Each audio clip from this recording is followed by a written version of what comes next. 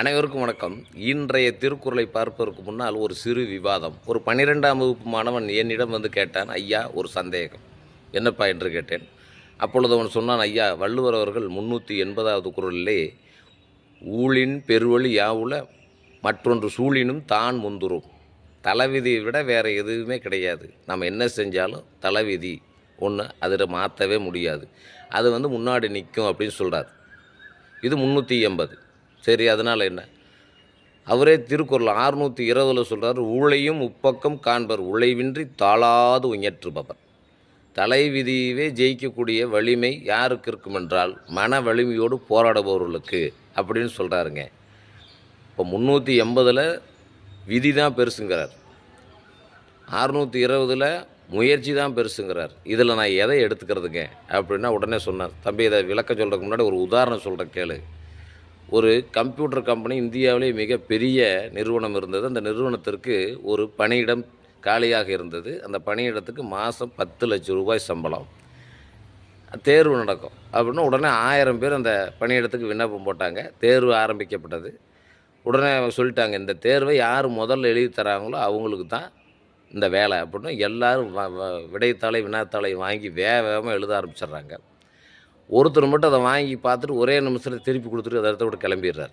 எல்லோரும் அவரை பார்த்து சிரிக்கிறாங்க. ஏன்னா இவர் ஒன்றுமே தெரியாதாட்டிருக்குது, உடனே போயிட்டாருன்னு சொல்லிட்டு வேகமாக எல்லாம் எழுதுறாங்க. சில பேர் 1/4 மணி நேரத்தில் முடிக்கிறாங்க, சில பேர் அரை மணி நேரம், சில பேர் 3/4 மணி நேரம் எல்லாம் முடிச்சிட்றாங்க. தேர்வு முடிவு வருகிறது. அந்த தேர்வு கட்டுப்பாட்டு அலுவலர் சொல்கிறாரு, இந்த தேர்விலே முதல் மதிப்பெண் பெற்றவர் இவர் தான். அந்த ஒரு நிமிஷம் திருப்பி கொடுத்துட்டு போனார் இல்லைங்களா, இவர் தான் அப்படின்னா எல்லோரும் ஆச்சரியப்படுறாங்க. ஏன்னா ஒரே நிமிஷத்தில் திருப்பி கொடுத்தாருன்னு. அதுக்கு அவர் சொன்னார், நீங்கள் எல்லாருமே விடைத்தாளை வினாத்தாளை வாங்கணும் வேகம் விடையளிக்க ஆரம்பிச்சிட்டிங்க. இவர் ஒருத்தர் தான் அதை வாங்கணும் விடைத்தாளை வாங்கி வினாத்தாளை வாங்கி வினாத்தாளை படித்தார். அந்த வினாத்தாளில் மேலே குறிப்பில் என்ன போட்டிருக்குன்னு கேட்டிங்கன்னா, கீழே இருக்கின்ற எந்த வினாக்களுக்கும் நீங்கள் விடையளிக்க தேவையில்லைன்னு போட்டிருக்குது.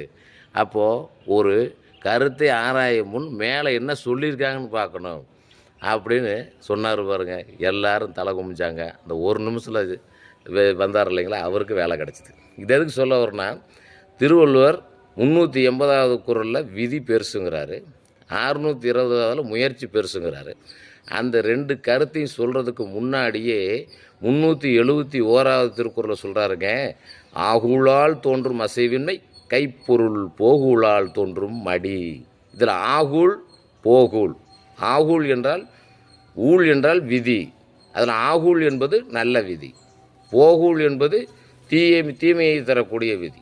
அப்போது நல்ல விதி வேண்டுமே என்றால் அசைவின்மை, அசைவின்மை என்றால் மனம் தளராமல் உழைக்கக்கூடிய தன்மை. மனம் தளராமல் உழைக்கக்கூடிய தன்மை யாருடைய கட்டுப்பாட்டில் இருக்கிறது? நம்ம கட்டுப்பாட்டில் தான். அதே மாதிரி போகூழால் தோன்றும் மடி, மடி என்றால் சோம்பேறித்தனம். அப்போ சோம்பேறித்தனம் யாருடைய கட்டுப்பாட்டில் இருக்கிறது? நம்ம கட்டுப்பாட்டில் தான். அப்போ விதி யாருடைய கட்டுப்பாட்டில் இருக்கிறது? நம்ம கட்டுப்பாட்டில் தான். அப்போ ஆகூழால் தோன்றும் அசைவின்மை கைப்பொருள் போகூழால் தோன்றும் மடி. அப்போ நீங்கள் அசைவின்மை அதாவது தளராத முயற்சி செய்தால் உங்களுடைய விதி நன்றாக இருக்கும். சோம்பேறித்தனத்துடன் இருந்தால் உங்களுடைய விதி துன்பத்தை தரும். இதான் வள்ளுவர் முதல்ல சொல்லிடுறார்.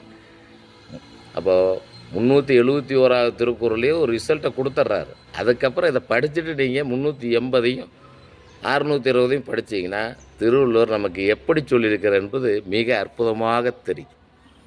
ஆகூழால் தோன்றும் அசைவின்மை கைப்பொருள் போகூழால் தோன்றும் மடி. நன்றி.